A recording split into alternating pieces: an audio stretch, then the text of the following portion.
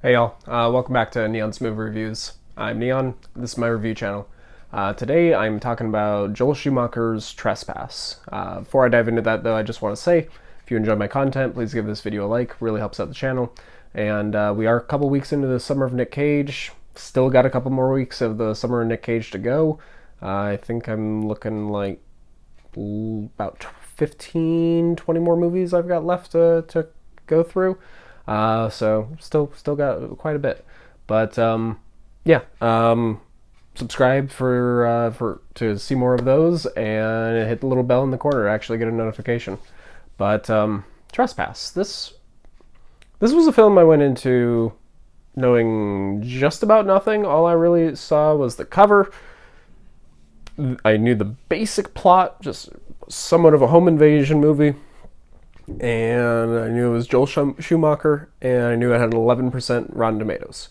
That's all I knew. So I was not expecting the best. As I mentioned previously in my 8mm review, I'm not the biggest fan of Joel Schumacher. I don't dislike him as a director, but I don't particularly like him either. He's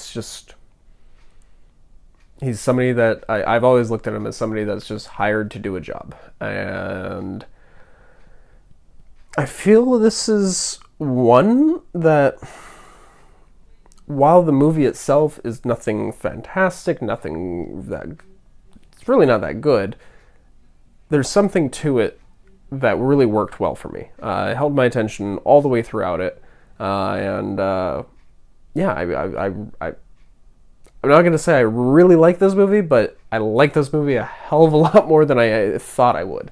Because I went in expecting a bad movie, and I got a pretty decent flick. Nothing fantastic, but solid middle of the road entertainment. This is something that I probably wouldn't seek out again. It's not a movie I'm going to be like, oh, you haven't seen that? You got to watch this movie. It's not one of those. It's one of those that, oh, flipping through the dial and it pops on. It's just like, yeah, I'll watch that again. That's what this movie is. But basic plot, you've got Nicole Kidman and Nicolas Cage. They're married. They seem to be pretty successful. And then Mendelsohn and a couple others break into their place, hold them hostage, trying to get into their vault. And Nicolas Cage basically knows that they already know about their security systems. They already know about a bunch of things, but they keep trying to get him to open the safe, which means they don't know how to get in there. And so he knows that the moment he opens that safe, they lose all their leverage, and they've got no power anymore. So he's just taking a beating basically throughout most of the movie, getting guns put to his head, getting guns put to his family's head, and he's basically just trying to negotiate him and his family's freedom. And yeah, it was a solid concept. I've seen it many times before, and I do feel they kind of try to go for twists and turns around every corner. Just, you peel back a little bit more, and it's just like, oh, okay. And that for me was probably one of the weakest aspects. Like, I didn't mind some of the twists and turns, but at a certain point in the film, after I've had like 5 or 6 twists and turns, they stop meaning anything by that point. And especially when I've already gone through that many and I'm not even in the final act of the movie. By the time I'm in the final act, I'm burnt out on twists. I'm just burnt out. So that's probably my biggest complaint.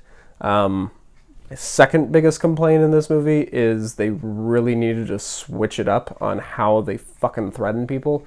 Because I swear to God, more than half the runtime of this movie is a gun being put to somebody's head and not fired. Like, just threatening to kill somebody with a gun. Yeah. So a little more creative with it, but what they did with it outside of those two things, really good. You tone back a few of the twists, space them out a bit more, so in the middle and the third act is where you have those twists. Would have been fine. Just cut a few of them out, or blend them in together, or just reveal the entirety of the twist instead of pieces of it that you then retcon and then retcon again. So that was kind of my issue. And then, yeah, just get more creative with how you're going to threaten these people. It's an R-rated film. Fucking get graphic, get violent even. And, yeah, just offer more to your audience. Those are my only issues with this movie, though. Like, all in all, I really had a good time with it. Didn't really detract too much from my experience. It was just like, oh, this again? Okay, cool. All right, whatever. But yeah, again, way above my expectations. A little bit of sad news. This did turn out to be Joel Schumacher's final film before he died earlier this year. Had not done much in those years. I think this came out in 2011, if I remember right. So he took a long break, and then that was it. So this did end up being his final film. But yeah, I mean, don't seek it out, but if the plot intrigues you, fucking check this movie out. It's solid. And if you like Schumacher, if you enjoy his style, definitely check it out for it being his final film.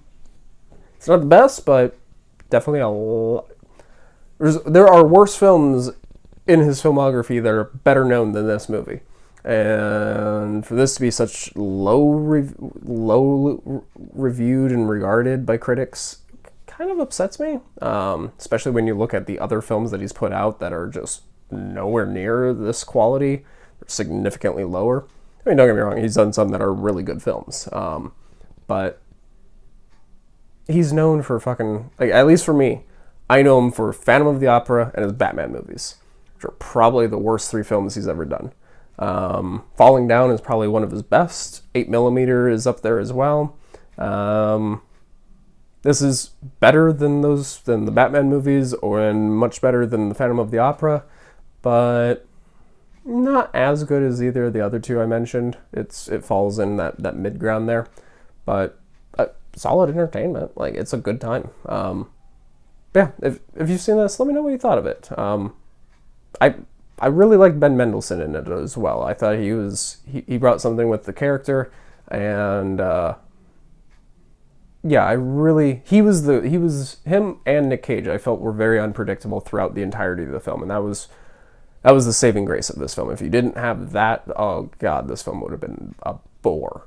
But because you didn't know what Nic Cage was going to do, and because you didn't know how Ben Mendelsohn would react outside of pointing a gun to somebody's head, it was very entertaining. And yeah, that's gonna wrap this up. I'm kind of rambling here, so just gonna cut this off now.